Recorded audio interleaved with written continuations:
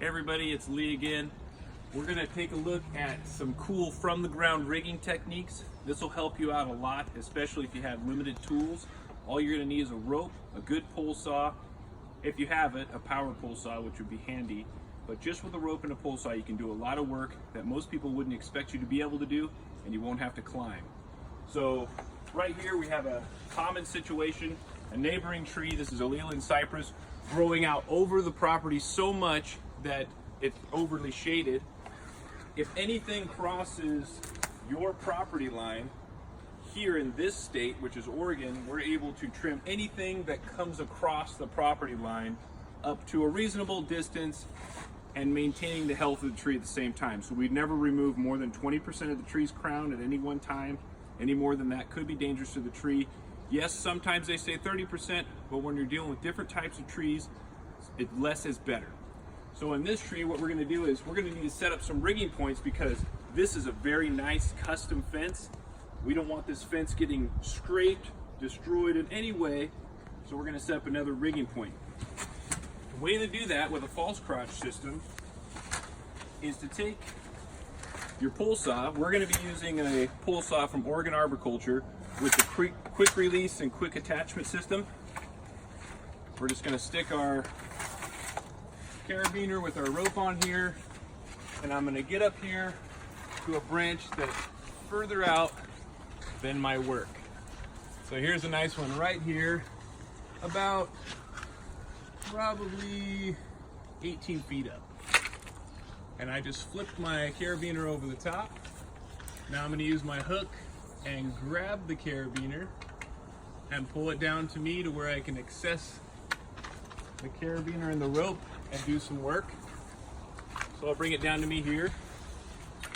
Now it's smart, and not always does it work, but it's usually smart to work from the ground up.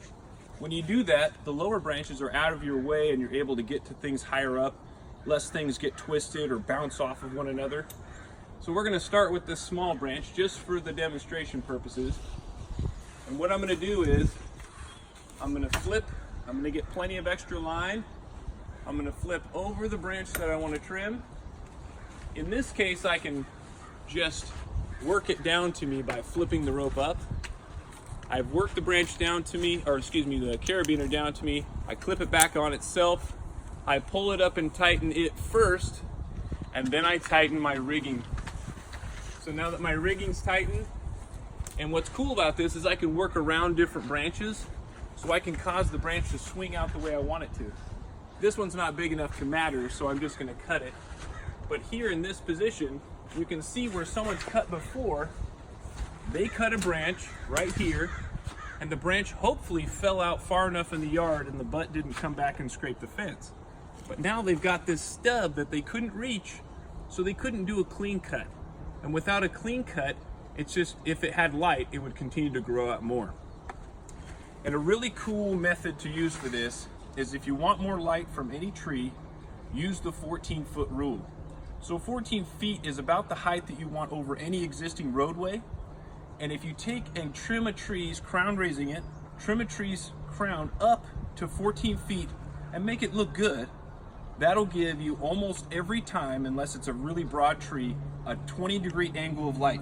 So when you think about that angle of light like this angle of light, now sunlight can penetrate under the canopy and strike the root zone of your tree. If the sunlight can strike the root zone, ultraviolet light kills a lot of fungal spores, and that'll keep a lot of fungal diseases like root collar rot from ever starting and getting a good position in your tree.